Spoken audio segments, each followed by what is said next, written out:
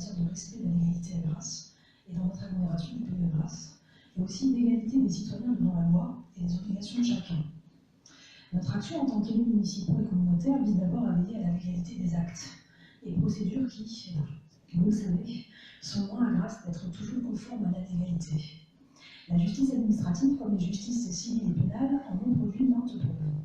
Et ce n'est pas fini. Quand on suit attentivement certains dossiers qui ont été, non sans difficulté et obstacles, finalement portés à la connaissance des Grassois, on ne peut être que frappé par l'attitude ambiguë, trouble, étrangement contraire à la légalité, qui est parfois celle de la ville de Grasse.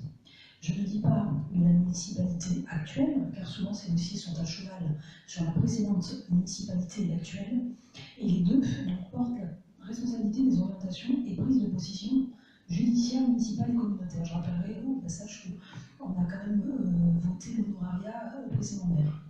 Mais venir dire que ce n'est que du fait de la municipalité précédente, on ne peut l'admettre. Le temps judiciaire est, nous le savons tous, long dans notre pays où les moyens de la justice sont notoirement insuffisants.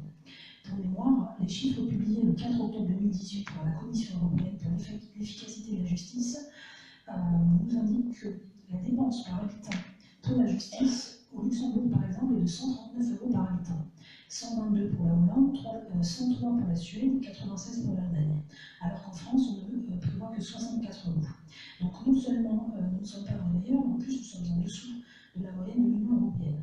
Ces chiffres sont rappelés car justement les citoyens sont aussi des justiciables et doivent mesurer que l'insuffisance des moyens entraîne aussi la longueur des procédures.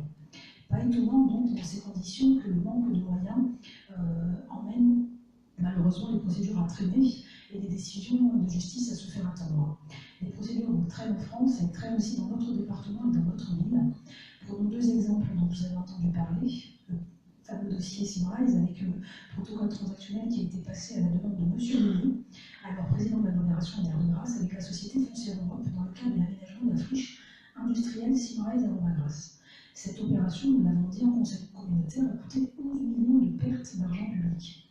Dans ces 11 millions, il y a 750 000 € de libéralité infondée, c'est-à-dire de cadeaux sans fondement accordés par l'agglomération à la société Foncière Europe sur la base d'un dédommagement illégal.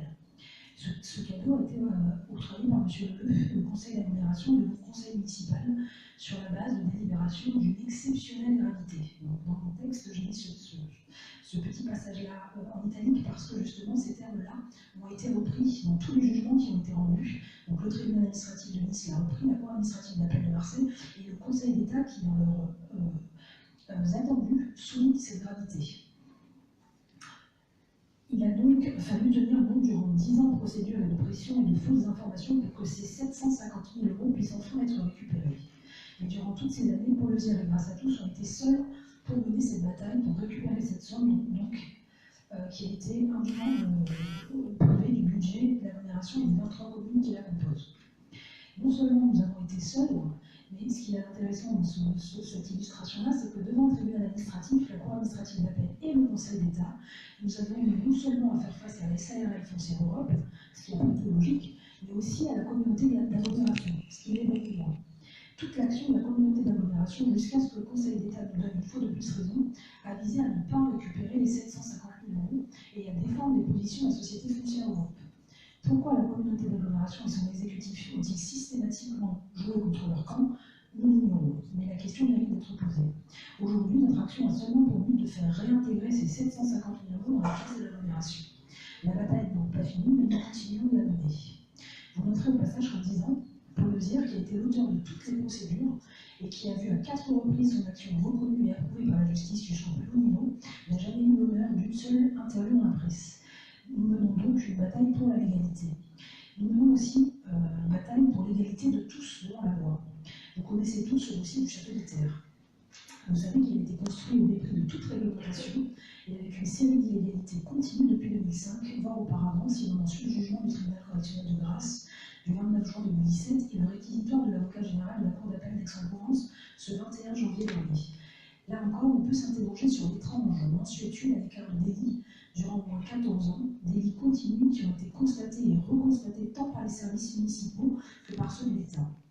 On peut s'interroger sur la position de la ville en cour administrative d'appel de Marseille au sujet du permis de construire modificatif de 2008.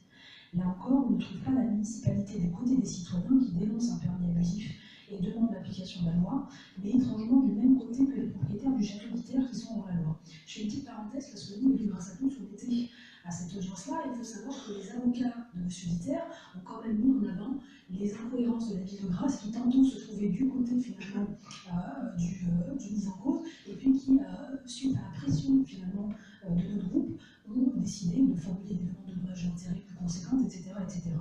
Donc on peut s'interroger finalement durant toutes ces années sur l'absence de plaintes en bonne et due forme avec demande de dommages et intérêts de la part des élus en charge de la ville de Grasse. Les délits jugés portent pour le moment sur l'urbanisme, mais il y a tous les autres, particulièrement ceux relatifs à la perception des taxes et impôts que tous les Grassois acquittent, mais qui ne semblent pas concerner le château d'Iter. Nous avons questionné M. Liu à maintes reprises depuis plusieurs années sur la perception des taxes de séjour. On nous fait savoir qu'en tout et pour tout, une seule unité avait été réglée en 14 ans. Sur la perception des taxes, le raccordement et l'assainissement, jamais payé à la ville de Grasse. Autre petite parenthèse, lors du procès qui a eu lieu dans la semaine dernière, on a pu apprendre que les unités, pour ce qui est du château d'Iter, étaient plusieurs centaines d'euros. Mais la ville ne perçoit aucune taxe, ce qui est quand même assez ahurissant. Pourquoi nos concitoyens, finalement, seraient-ils tenus à appliquer des règles d'urbanisme, à respecter le plan de prévention des risques de l'État, à payer les taxes si certains ne le font pas, et ne le font pas depuis des années et au vu et au su de tous? Où sont l'égalité devant la loi et l'égalité devant l'impôt, qui sont des principes fondamentaux de la République? Un point anecdotique, mais qu'il faut savoir, que ce soit tant à l'audience au tribunal correctionnel de Grasse en juin 2017 qu'à la Cour d'appel d'Aix-en-Provence, la ville était certes représentée par un avocat, mais pas un seul élu n'était présent, hormis les élus Grâce à tous. Voilà deux exemples parmi tant d'autres qui illustrent la démarche de Grâce à tous: respect de la légalité, égalité de tous selon la loi. Je voulais être brève, je n'y suis pas parvenue. Ce n'est pas que Racine avait raison, c'est tout simplement que la dimension légale de la gestion municipale, l'attitude des élus au regard des lois, est quelque chose d'essentiel.